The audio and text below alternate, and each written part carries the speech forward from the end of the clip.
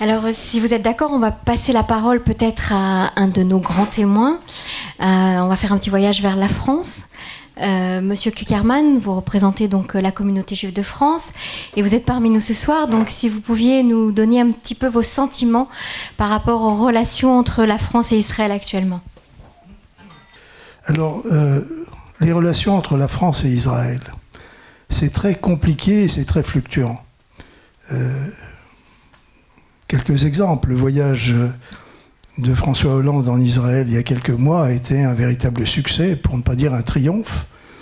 En même temps, il est passé à Ramallah, et là aussi, il a été merveilleusement accueilli. Donc il y avait un parfait équilibre. La France était amie des Israéliens et amie des Palestiniens. Et puis voilà que le Parlement français a voté sur une résolution. Il n'avait pas l'obligation de voter sur cette résolution de la création d'un État palestinien, puisque la politique étrangère relève du président de la République et du ministère des Affaires étrangères, et pas du Parlement français. Et il s'est trouvé que le vote a eu lieu, et que cette résolution recommandant la reconnaissance de l'État palestinien a été votée aussi bien à l'Assemblée qu'au Sénat. Or, au Sénat, l'opposition aurait naturellement dû s'opposer à ce projet. Eh bien, elle a été soumise à ce que j'appelle des pressions électoralistes. Il se trouve que tous nos députés, qu'ils soient de droite ou de gauche, sont sensibles à l'électorat musulman et ils en tiennent compte dans leur vote.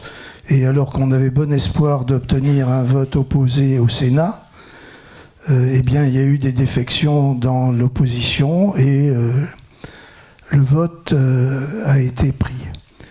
Et puis ensuite, au Conseil de sécurité, nous avons eu une très grande surprise. C'est que, alors qu'on n'attendait pas du tout, on ne s'attendait pas du tout à ce que la France vote la résolution proposée par les Palestiniens, elle a voté en faveur de cette résolution, alors que les Américains ont voté contre et que les Anglais se sont abstenus. Donc il y a eu rupture des positions européennes pour un résultat nul, puisque après avoir entendu ce vote, je me suis retourné vers la présidence de la République. J'avais eu des contacts 2 jours avant où on avait parlé du Hamas, mais on n'avait pas du tout parlé du vote du Conseil de sécurité, parce que ça ne semblait pas poser de problème. Et là, on m'a expliqué que c'était pour éviter que la Palestine aille à la Cour pénale internationale. Et ce vote a été totalement inutile, puisqu'on savait que de toute façon les Américains auraient posé leur veto. Donc j'ai l'impression que c'est le Quai d'Orsay qui au dernier moment a fait passer cette opération. Je ne dirais pas que la présidence de la République est totalement innocente, mais il y avait d'autres chats à fouetter. Dans l'urgence, on a laissé passer, on a fait plaisir à Fabius. J'ai revu Fabius après. Il était très gêné que la communauté juive réagisse très mal à ce vote et a dit qu'à l'avenir, il essaierait d'expliquer davantage. On a toujours, sur les relations entre la France et Israël, un conflit entre les plus hauts dirigeants, président de la République, Premier ministre, qui sont, je crois, plutôt favorables à Israël, et le Quai d'Orsay, qui est toujours favorable aux thèses palestiniennes, et la presse, qui est très hostile à Israël, où tous les poncifs pro-palestiniens et anti-israéliens circulent avec l'accusation d'apartheid, de fascisme. Et on trouve ça dans toute la presse. Même la presse de droite utilise les mêmes poncifs. Et là, on a un énorme travail à faire. Il faudrait pouvoir faire venir des centaines, peut-être des milliers de journalistes en Israël pour qu'ils visitent le pays. On essaie d'en faire venir quelques-uns, mais c'est une mission immense et l'opinion publique n'est pas favorable à Israël. D'abord, ils en ont marre de ce conflit, c'est un problème entre juifs et arabes, il y en a ras-le-bol. Et puis ensuite, les arguments pro-palestiniens sont bien développés, le BDS a beaucoup de succès. c'est-à-dire le boycott d'Israël. Et donc, c'est une tâche difficile. Alors aujourd'hui, on a une chance exceptionnelle, c'est d'avoir, me semble-t-il, un président Hollande qui, je crois, aime Israël, et surtout un Premier ministre qui est extraordinaire vis-à-vis des Juifs, et donc qui voit Israël avec des yeux nettement plus amicaux que n'importe quel homme politique que je connaisse en France. D'abord, je veux dire haut et fort l'estime, l'amitié, l'amour que je porte à ce pays. Je tenais à le rappeler. Je tenais à dire l'estime et l'amitié que je porte à Roger Kuckerman, pour une raison très simple, c'est qu'avant de venir ici, dans ce beau pays, il m'a reçu. Il m'a fait l'honneur, le plaisir et l'avantage de me recevoir. Nous avons déjeuné ensemble à Paris et vous aviez commencé à m'affranchir sur les grandes problématiques qui concernent la relation entre la France et Israël. Donc j'ai beaucoup de respect pour les convictions de Roger Kuckerman et en plus, et je le lui ai déjà dit d'ailleurs, beaucoup d'estime personnelle pour lui. J'ai aussi beaucoup d'estime pour ceux qui participent à ce débat ce soir, ceux qui sont ici à ma gauche, Dany, Elie, Igal, je connaissais votre voix, je vous ai croisé plusieurs fois, je suis ravi que nous passions du temps ensemble ce soir. J'ai surtout beaucoup d'estime et d'amitié, je veux que ce soit dit et exprimé avec force ce soir pour vous tous. Tout à l'heure, Elie a dit quelque chose, un de ses souvenirs les plus marquants, les plus forts de son séjour à Paris, c'est finalement ce qui était le plus compliqué pour lui, c'était les Juifs de France. Je pourrais faire mutatis mutandis, je pourrais dire la même chose. Pour moi, ce qui est le plus compliqué dans l'exercice de ma fonction ici en Israël, ce sont les Juifs. Bon.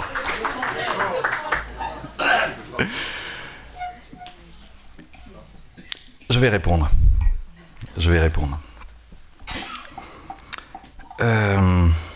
C'est un sujet important, c'est un sujet délicat. Je crois que nous sommes tous, et je crois que Elie l'a bien résumé, Elie l'a bien dit. Je crois que dans le problème qui nous préoccupe, il y en a plein d'autres, mais sur le sujet qui nous préoccupe, la question de la paix, la question de l'équilibre, la question de la stabilité dans cette région du monde, la question des menaces qui sont partout, qui se développent, qui s'accroissent, nous le voyons bien chaque jour. Nous cherchons tous cette espèce de pierre philosophale, cette espèce de solution un peu miracle, cette espèce de vérité qui permettra un jour, nous l'espérons, c'est le sens de notre action, de trouver, comme on dit, une paix juste et durable dans cette région du monde. Elie l'a excellemment dit, ça n'est pas une question droite-gauche. D'abord, ça n'est pas une question droite-gauche. Et ça n'est pas une question droite-gauche en France. Il y a des différences, des divergences, parfois des approches un peu différentes entre responsables politiques sur le calendrier et la méthode, certainement. Néanmoins, l'objectif numéro 1 de la France, il n'y en a qu'un, c'est la paix entre Israéliens et Palestiniens. Alors évidemment, instruit par l'histoire, instruit par les déconvenus de l'histoire, instruit par les allers-retours, instruit par les vicissitudes de ce qu'on appelle le processus de paix. Naturellement, dire aujourd'hui que la recherche de la paix est notre objectif, ça paraît un peu déconnecté du réel, ça paraît un peu suspendu comme argument, et pourtant je vous assure que c'est bien ça que nous visons. Et c'est la raison pour laquelle, avant d'arriver au fond, je crois que vraiment, mais je veux le dire parce que je trouve que ça circule trop, et notamment dans une certaine littérature ou dans des opinions que j'entends ici ou là, je trouve qu'il n'est pas bon, en tout cas il n'est pas bon pour mon pays, il n'est pas bon pour le gouvernement que je représente, il n'est pas bon d'opposer les uns aux autres, il n'est pas bon d'opposer l'exécutif et le législatif, il n'est pas bon d'opposer au sein de l'exécutif tel un par rapport à tel autre. Je crois que il me semble quand même que lorsqu'on regarde les choses en perspective depuis des années, voire des dizaines d'années, la France n'a qu'un seul objectif. La France n'a qu'un seul objectif, c'est tenter, à sa mesure, avec ses moyens, avec ses partenaires, et naturellement avec les partis, les Palestiniens d'un côté et les Israéliens de l'autre, de trouver cette voie médiane qui permettra, espérons-le, c'est dans notre intérêt, et quand je dis notre, c'est évidemment l'intérêt de tous les Israéliens, me semble-t-il, de trouver donc cette voie médiane qui permettra de trouver une solution au conflit. C'est difficile, bien sûr, mais prenons un exemple. Président, vous avez, je comprends d'ailleurs, vous avez marqué votre désapprobation d'un vote qui est intervenu au sein du Parlement français, Assemblée nationale, puis Sénat, quant à la reconnaissance, quant à l'invitation qui est faite au gouvernement français de reconnaître, virgule, le moment venu, l'État de Palestine. Voilà ce que dit en substance cette résolution. Alors on peut dire effectivement que c'est une manœuvre d'un tel, ou au contraire, c'est parce que d'autres n'ont pas réussi à empêcher la mise en place de cette dynamique. Soit. Néanmoins, je veux rappeler une chose, c'est que pour confirmer que la France, la ligne de la France, la politique étrangère de la France est univoque sur ce sujet. L'entrée de la Palestine à l'UNESCO, le fait que la Palestine devienne État observateur non membre des Nations Unies, ça n'est pas ce gouvernement-ci, ça n'est pas ce président de la République-ci, c'est le gouvernement précédent, c'est le président français précédent qui a souhaité cette orientation-là. La politique de la France, encore une fois, par-delà les équipes gouvernementales et peut-être même par-delà les majorités, elle ne poursuit qu'un seul but, tenter de trouver cette voie médiane qui permettra de réconcilier un jour, souhaitons-le, Israéliens et Palestiniens. Alors vous avez évoqué, et je sais que c'est un sujet de préoccupation, voire de critique chez certains parmi vous, mais je veux vous en parler parce qu'on est là pour ça, on n'est pas là pour tenir du langage diplomatique, comme on dit. Vous avez évoqué la question du vote aux Nations Unies. Bon, moi, je n'ai pas de pensée sur ce sujet. Je veux dire, moi, j'applique la politique de mon gouvernement. J'ai des pensées, je les garde pour moi-même. Mais néanmoins, la France a fait un choix audacieux. Bon, certains vont dire que c'était un choix risqué, d'autres vont dire que c'est un choix irréfléchi, irrésolu, qui consiste à voter pour un texte dont chacun sait, et nous-mêmes savons que ça n'était pas un bon texte, bien, que c'était un texte déséquilibré. Bien. Nous pouvions aussi imaginer, Président, vous le savez, que ce texte, et d'ailleurs vous l'avez dit, de toute façon ne serait pas adopté parce que s'il avait eu une majorité pour lui, pour ce texte, de toute façon il y aurait eu un veto américain. Bien. Qu'est-ce que nous cherchions au travers de ce texte ? L'intention, qui d'ailleurs a été affichée par le ministre des Affaires étrangères, Laurent Fabius, lors du vote à l'Assemblée nationale et au Sénat, concernant la reconnaissance, l'invitation faite au gouvernement français de reconnaître le moment venu, virgule, l'État de Palestine. Nous avons toujours dit une chose, et d'ailleurs, Élie l'a dit, et Dany aussi.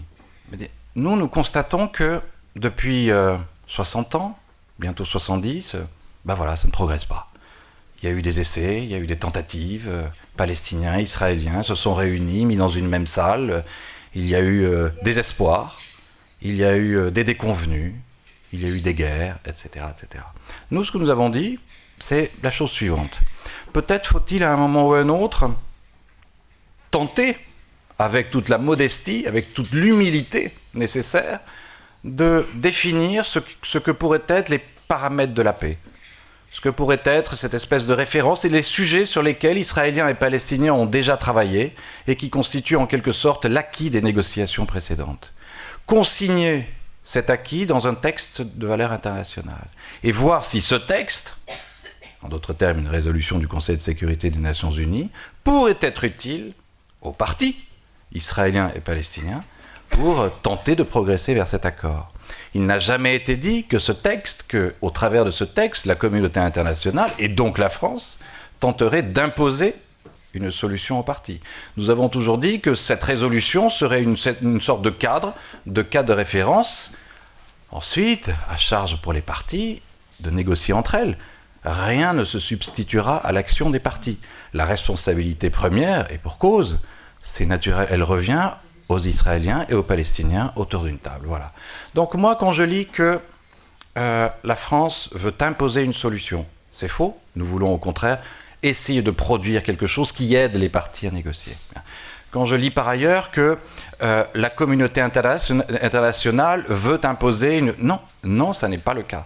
Je crois qu'aujourd'hui, et pardon, mais ce qui s'est passé l'été dernier peut-être justifie ce que nous pensons, Il se trouve que nous considérons que la situation dans cette région, et dans ce pays en particulier, et de l'autre côté de la ligne verte, eh bien, elle est fragile, et elle fait des violences, et il y a des morts, et malheureusement, il y a des morts. Donc comment progresser ? Avec la méthode qui a été utilisée depuis des dizaines d'années, et qui manifestement n'a pas produit ses effets, ou comme la France l'a dit, la France, pas le ministre des Affaires étrangères, en essayant de proposer aux partis, c'est-à-dire aux Israéliens et aux Palestiniens, une nouvelle méthode, d'adapter la méthode, d'essayer d'être plus efficace. C'est tout ce que nous avons dit. C'est tout ce que... Bon, voilà. La résolution a été battue, n'a pas été adoptée, c'est un fait. Je pense que nos idées restent sur la table. Encore une fois, nous, Français, nous n'avons pas la prétention d'imposer quoi que ce soit aux partis. Certainement pas. Certainement pas. Mais peut-être essayer d'inciter les uns et les autres à progresser dans la direction que nous croyons juste et qui, encore une fois, dépasse largement les clivages en France et qui, me semble-t-il, devrait dépasser aussi les clivages en Israël. Je crois que la paix, c'est notre bien commun. Tant de souffrances, tant de victimes des guerres, du terrorisme. Il est temps, me semble-t-il, de changer de paradigme. Donc j'assume parfaitement cette politique. Et un dernier mot quand même, parce que je le lis aussi dans la presse et ça me navre. Parce que lorsque, Président, vous dites l'antisémitisme du Quai d'Orsay, ça me touche, puisque j'en procède. Moi qui me dis ami d'Israël, ça me touche ce que vous me dites. Je ne crois pas, parce que je l'ai lu et également sous la plume de gens très bien que je respecte intellectuellement, que je respecte infiniment. Or, ces gens, effectivement, considèrent que la politique de la France, elle est dictée par le Quai d'Orsay qui est antisémite. Je crois que les choses sont un peu plus compliquées. On dit que le Quai d'Orsay est antisémite, je ne le crois pas. Juste une précision d'un journaliste qui est un observateur. C'est pas du tout ce qu'a dit le président de la République. C'est ma dernière phrase. Je pense que la France est sincèrement engagée dans cette recherche de la paix. Voilà.